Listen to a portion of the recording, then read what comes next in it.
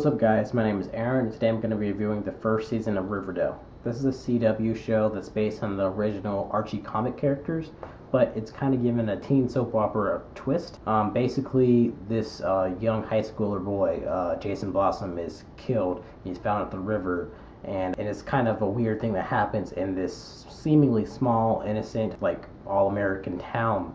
And, like, it kind of reveals some darkness and some secrets in this town that's found out by Archie and his gang of friends. I was looking forward to this. I'm not really like a huge fan of Archie comic books. I've read a couple of them like in the store and stuff. It's not something that I actively looked out for when I was like buying and stuff like that. But I am kind of familiar with the general premise of it. I know who the characters are. I was mostly intrigued because this was given a lot of Twin Peaks vibes, like a lot of like Twin Peaks comparisons when they were marketing the show. So I wanted to look it out for that reason, because Twin Peaks is, if not my favorite show, definitely my top 3 favorite shows of all time. So anything that's kind of similar to it, I always give it a watch. So yeah, even though this is on CW, this is a channel that I don't really watch. I give it a chance because I do think that the premise of it is really intriguing. And while I do like a lot of things about the show, there are a lot of things that I could do without and I think are really flawed. Overall, like an overall watchable show, but it's not like an amazing show by any means. The best thing about the show is definitely the atmosphere. It's very noir-ish. It has like a really cool way that it's shot, really gloomy. A lot of overcast clouds. It's really smoky in areas, like a lot of like fog and stuff is coming around and stuff. It has a really muted color palette too, so it's really gray and really blue for most of it. So whenever there are colors in the show, it makes it pop out a little bit better. The sets that are on the show are really cool too. Like the restaurant where they eat at, Pops. It has this kind of 50s style with the neon lights and stuff, but it's given like a more of like a cooler vibe to me. Like it really feels like a not good place to be at, but it looks really cool, I guess, if that makes sense. It really reminds me of the movie Brick, starring Joseph Gordon-Levitt.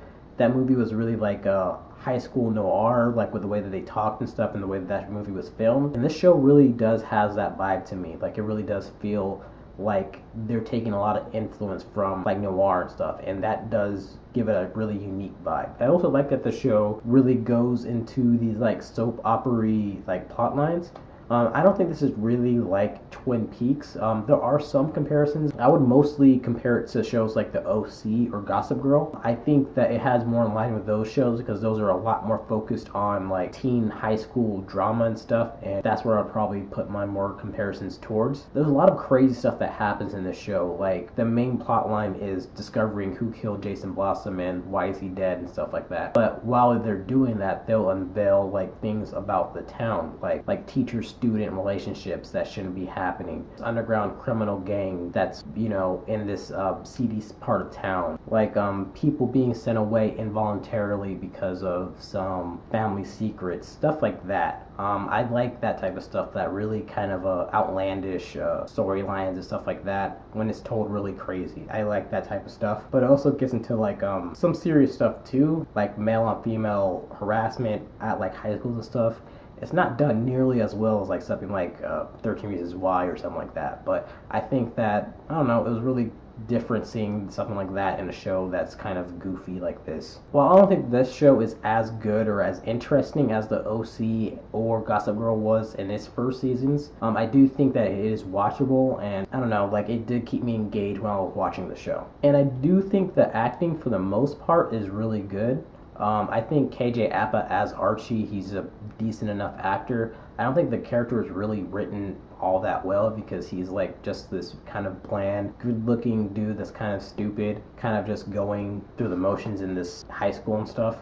He's not really written all that interesting, but I do think that KJ Apa, he does have like some charisma, so it does kind of seep into the performance a little bit, even though the character isn't that interesting. Camila Mendes as Veronica. She's this new girl that comes to town after a scandal in her old town, and she's trying to reestablish her reputation as not being a bad girl. I think that Camila Mendes is a good actor. She kind of has those kind of normal bad girl things in her performance, but whenever she's given a little bit more serious things to do, like you do have more sympathy for her and a little bit more empathy for her character. Even though like her plot lines with her mother kind of get a little bit repetitive, I think that Camila Mendes does pull this off. I think that Madelaine Petsch as Cheryl Blossom, the sister of Jason Blossom, is really good.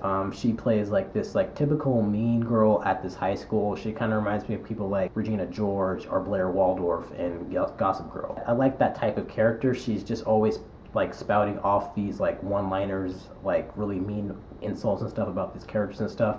I think that's kind of funny. But she also has like some sadness about her because she's going through the loss of her brother, and you do feel that whenever she's given like a little bit more weighty material to do, and I think she's a good enough actress to pull that off. But I do think the standout of the show is definitely Lili Reinhart as Betty. I think her character is by far the most interesting as this like good girl, kind of overly nice girl that's kind of like a doormat for people. People just kind of, they treat her however they want and they don't really like respect her. And like but she kind of has this like kind of like a dark path with like how her mother treats her and stuff, and like how she kind of bottles up all her emotions, and then when she lets out her emotions, or like whenever you kind of see her like in the background or of a scene just kind of like reacting to something like that, I think that she's really good.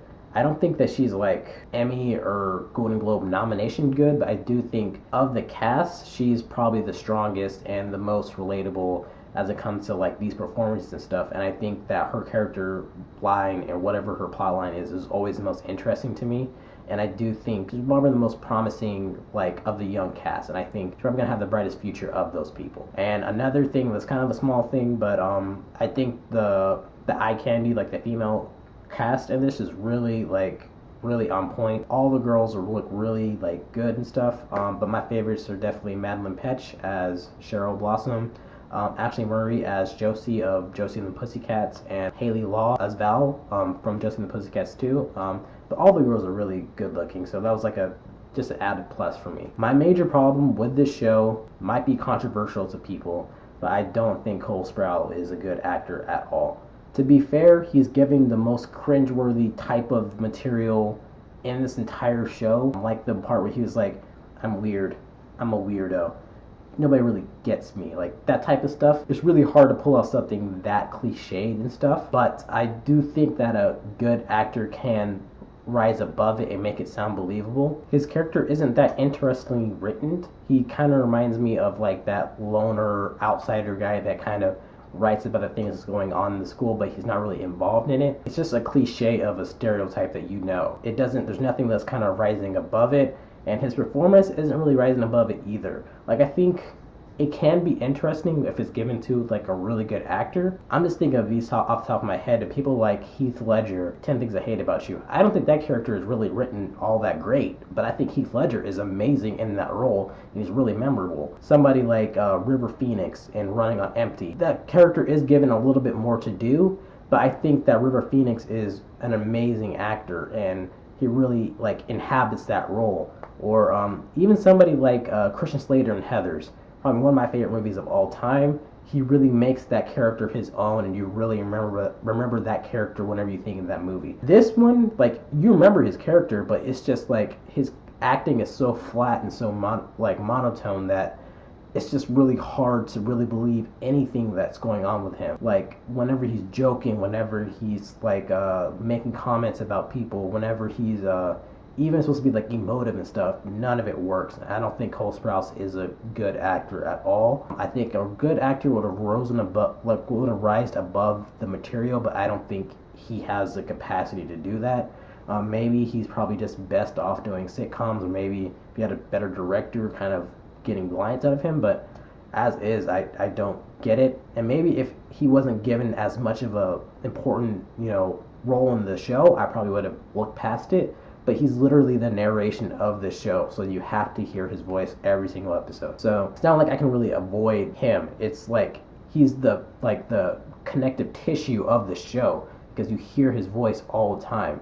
So I don't think that was a good casting choice. I do get why he was probably chosen, because he has a big audience, but yeah, it just wasn't for me. And I do think the writing isn't that great either. Like I said, the part where he was like, I'm a weirdo, I don't really fit in, that type of thing doesn't work for me. But it's not just stuff like that. Like the show is kind of full of stuff like that. The stuff with Cheryl and her mom really does feel really overwrought and really kind of over the top. It really feels really cheesy, and I can get behind cheesiness, but I don't really know if the tone is really balanced all that well. It's trying to go into that campy thing like these type of shows do, but it doesn't really work for me. Like again, like shows like the OC and Gossip Girl, they do that stuff, but the tone was always really well established. Like you knew that even though they were going through these crazy situations and stuff, it really felt really authentic to the characters and it felt believable. This show, it really has a hard time doing that type of thing. This is a watchable show. I think the atmosphere of the show is probably the best thing. I like the noirish way that it's filmed. Like it's filmed really cool with a lot of grays and stuff, and it looks visually really cool, at least compared to the CW stuff that I'm accustomed to. I do like the soap opera plot lines of the show. It does really feel kind of crazy at times, but I like whenever they just kind of throw different plot lines and stuff like that. It really makes it really interesting and stuff. Even if it's not really given a lot of depth, it does make it interesting, and I do like being engaged with things like that. And I think the acting, for the most part, is really good for a young cast. Definitely Lili Reinhart is definitely the standout as Betty. Definitely the one I think is probably going to have the most longevity of this cast. The cast, for the most part, is pretty good for this type of material. Yeah, Cole Sprouse is just like dead on arrival for me as an actor. For me, he's just not good. And again, not given the best material, but I think some actors could have done something a little bit better than what he did with it, and it just fell flat every single time he spoke or was even on camera for me. And I do think that the writing isn't as strong. They don't really know how to kind of balance the serious moments with the kind of outlandish soap opera stuff. The way that the OC and Gossip Girl did in its earlier seasons. Is trying to figure out what type of show it's trying to be, and maybe in future seasons it might be a little bit better, but as is, I'm just going to give this a 6 out of 10. I think this is a watchable show.